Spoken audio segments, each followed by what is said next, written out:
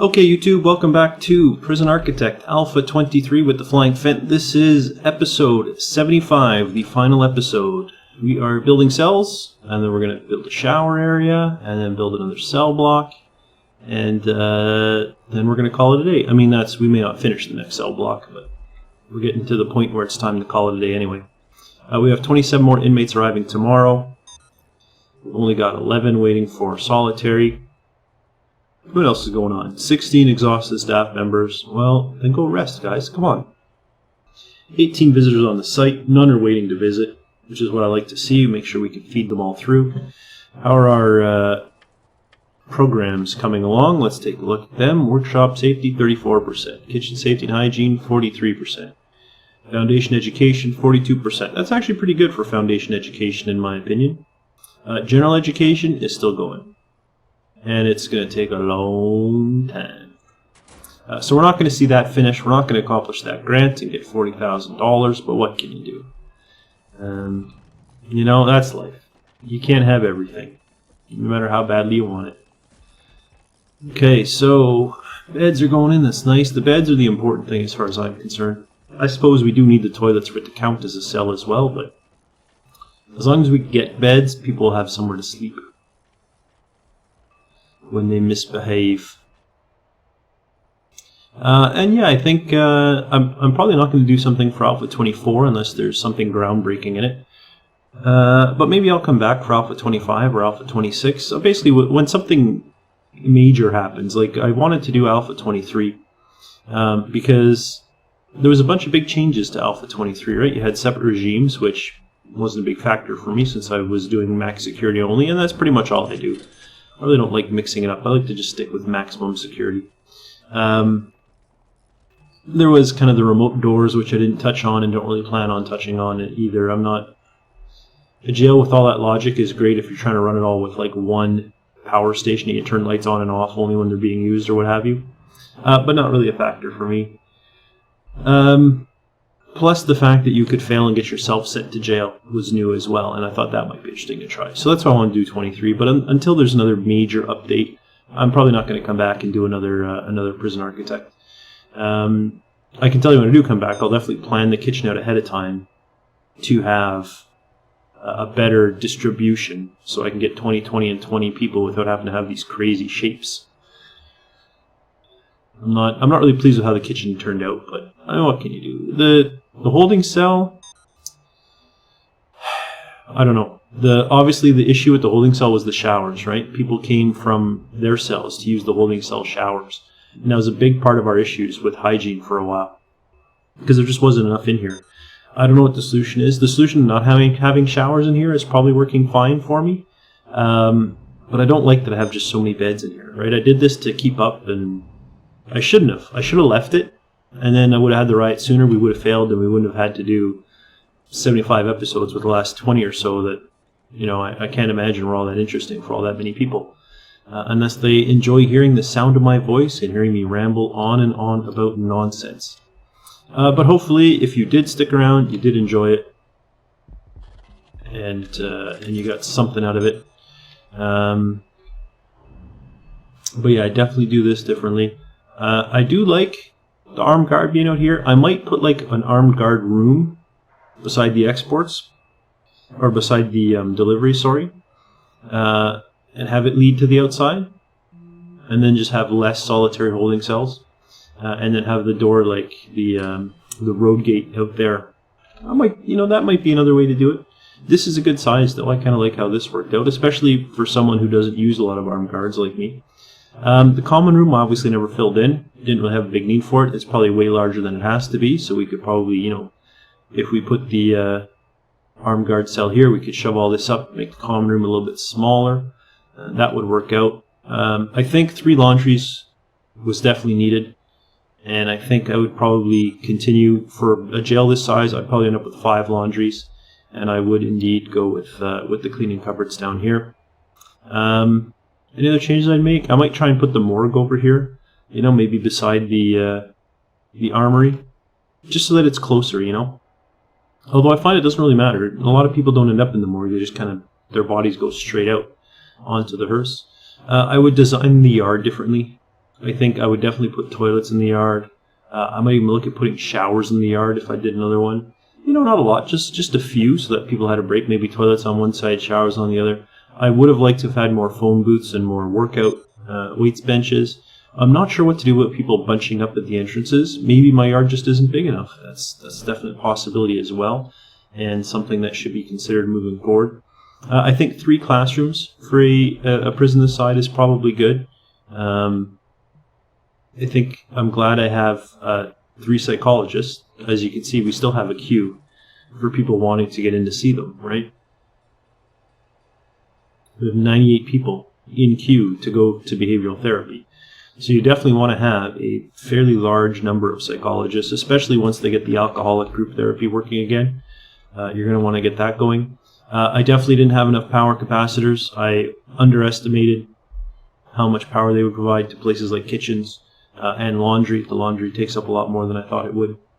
So there's a few things that I would do differently. This concept, though, of this dining area and kitchen right next to it, large kitchen next to a huge dining area that kind of forks the cells, I like that. This central area, I'd probably keep the same general design, but again, perhaps the yard bigger, maybe a bigger kitchen that's better designed with a better layout, maybe a row of power at the bottom, a bunch of things I could look at doing differently that I think would be beneficial.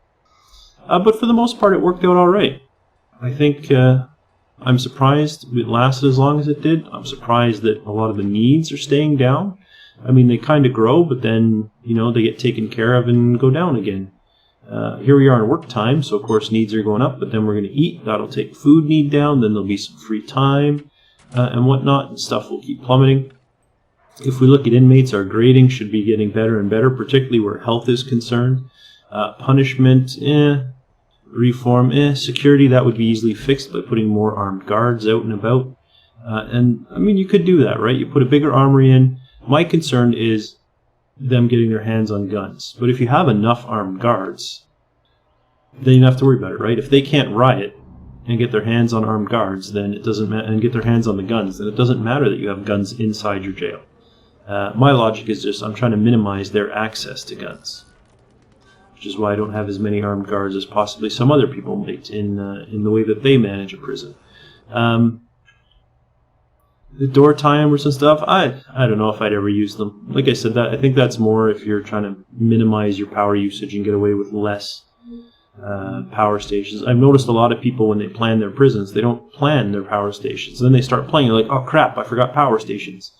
And I'm always keenly aware of the fact that I need power and water.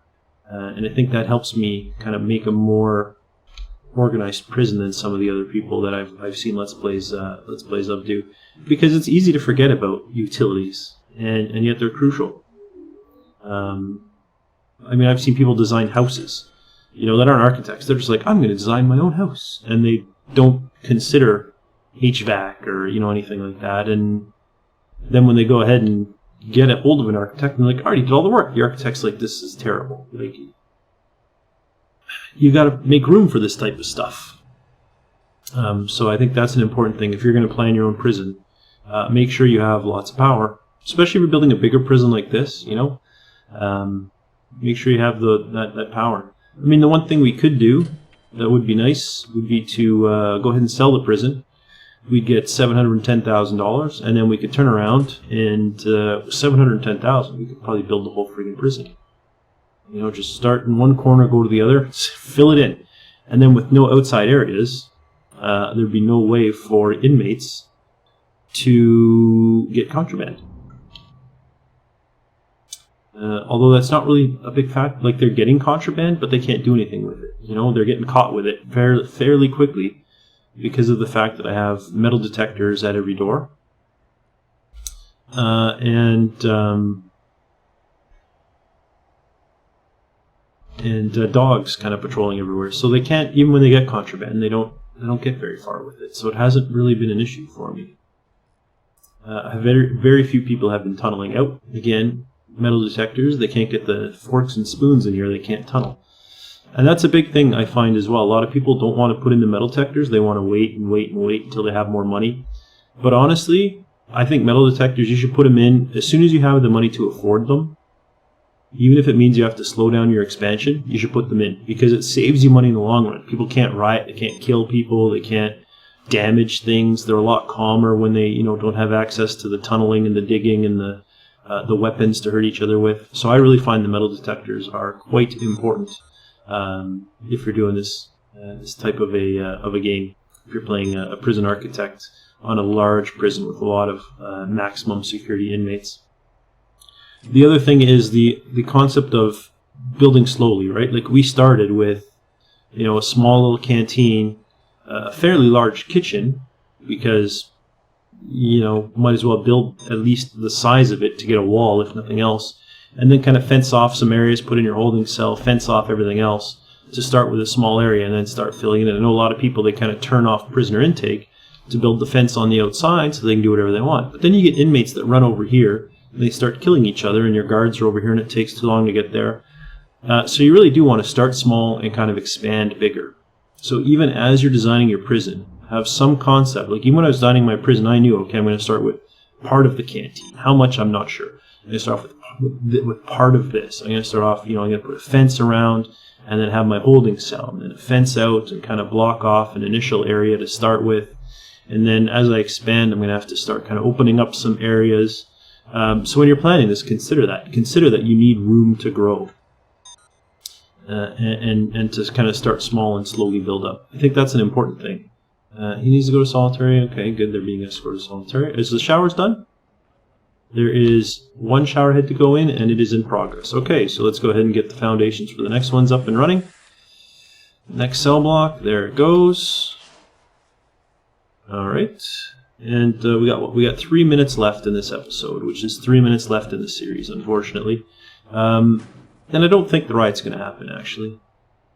I mean, it will eventually. I'm not saying it'll never happen. We will have a riot eventually because we do not have enough beds. That is just a fact.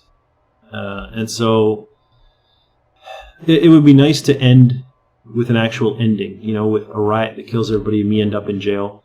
But I'm not going to kind of force the issue. I don't think it's going to happen in this episode, though. So we're going to get some foundations built. We're probably not even going to finish it, and the episode's going to end. So what's up next? It's a good question. It's an excellent question. I might do another EU4 Let's Play. Maybe an Ottomans. I don't necessarily want to do a world conquest, but I am interested in trying the whole... because I've played Ottomans once before, and I didn't do very well. So I'd like to try the let a revolt happen and become Orthodox, I think it is. Become an Orthodox nation, and then try and get into the Holy Roman Empire that way. I might try that. I think that'd be interesting. You obviously have to move. Do you have to move your capital or something? No, you just have to. That's right. You just have to get electors as vassals. And then once that's done, they can elect you as emperor. Then you enact reforms and gobble up the Holy Roman Empire in one quick go.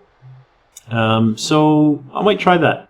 I might try that for sure. There are a few other games that I think I've been interested in trying. Craft the World, I saw Splattercat Gaming do a Let's Play of. It's a little old, and there's been some updates since then, so I might try a Craft the World, possibly. I'm not sure. There is... What are the games I'm looking at? I could do a KSP Let's Play. I might get going, but I'm tempted to hold off on that. I'm waiting for some more updates to happen. The science tree isn't as big as I'd like it to be, I think, is the biggest issue with KSP.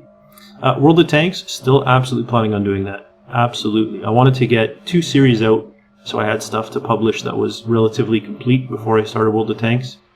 But World of Tanks, definitely on the list. I may very well just start World of Tanks right now. I might get some dinner, Chinese food, or go out if I can find something to do, and then come back tonight and crank right into World of Tanks. Or if not, I might start that tomorrow. Or I might start some Europa Universalis tomorrow. I think EU4 is going to be my main game right now. It's the one I definitely find I have the most fun playing, and I find it's the easiest to do commentary on. But World of Tanks would be one that I'm definitely going to try as well. So definitely expect to see those two. Expect to see World of Tanks, and expect to continue seeing EU4. Possibly, I used to love Nelria Zifa's channel, and I don't know if he's coming back. Nelria, if you ever see this, please come back. And he was doing Timber and Stone. And I might do Timber and Stone as well, and then kind of copy the part of his town that he was working on. Because I thought he had some I was really wanted to see how that town was going to shape up. It really looked fantastic. And then I don't know, I'm hoping that nothing happened. I'm hoping he just decided that making YouTube videos wasn't for him and it wasn't some, family issue or whatever. But I'd love to see how that town shapes up. So I've never played Timber and Stone in my life. So that might be one worth trying as well. Dwarf Fortress, I'm waiting for a good solid version with a stable DF hack as well. And then expect to see Dwarf Fortress on my channel. Absolutely. I love Dwarf Fortress. I have a ton of fun playing it. But other than those, I'm kind of not sure what else I'll put out. I'm open to suggestions if there's anything that anyone specifically wants to see. The only thing that I'm pretty set on not doing is Minecraft videos, just because there are so many Minecraft videos out there already. And I don't feel like I would contribute anything to that space. I do enjoy Minecraft, and I might do a world tour now and then. But I haven't played Minecraft in a while because there's a handful of mods that I like, and some of them aren't quite out yet for the latest version, so I've been waiting for that. So don't, if you want to request videos, that's fine, but don't request Minecraft, because it's not something I'm gonna entertain at this time. But almost anything else I will consider. I may decide against it for reasons that maybe I'm not a fan of that game or that genre or whatever, like first-person shooters. I'm not a big fan of them. I don't know what it is. I can't usually get into them. I tend to like more puzzly design, building, that type of stuff. Older games, like if you guys want to see a walkthrough of like Pharaoh or Cleopatra, I'm all over it. I love that game. I put so much time into that game. And in fact, I may just end up doing that at some point anyway. But yeah, so the big things: expect World of Tanks, expect EU4, and possibly Timber and Stone. If Timber and Stone doesn't go up and you want to see it, let me know. Any other suggestions you have for games, let me know, and I'll see what I can do. But that's going to do it for Prison Architect Alpha 23. If you would like the plan that I made, I can upload the planning map, and I can upload this final map as well. In fact, let me go ahead and save it right now. We'll just call it Let's Play Finale. And actually, let me shove an Alpha 23 on there as well so I remember. If you want this map, or you want the planning map, let me know, and I'll stick them up online. And if I do, I'll be sure to update the video description to include that I have included them there. Yeah, but thanks for watching, and hopefully I see you in future episodes. See you next time.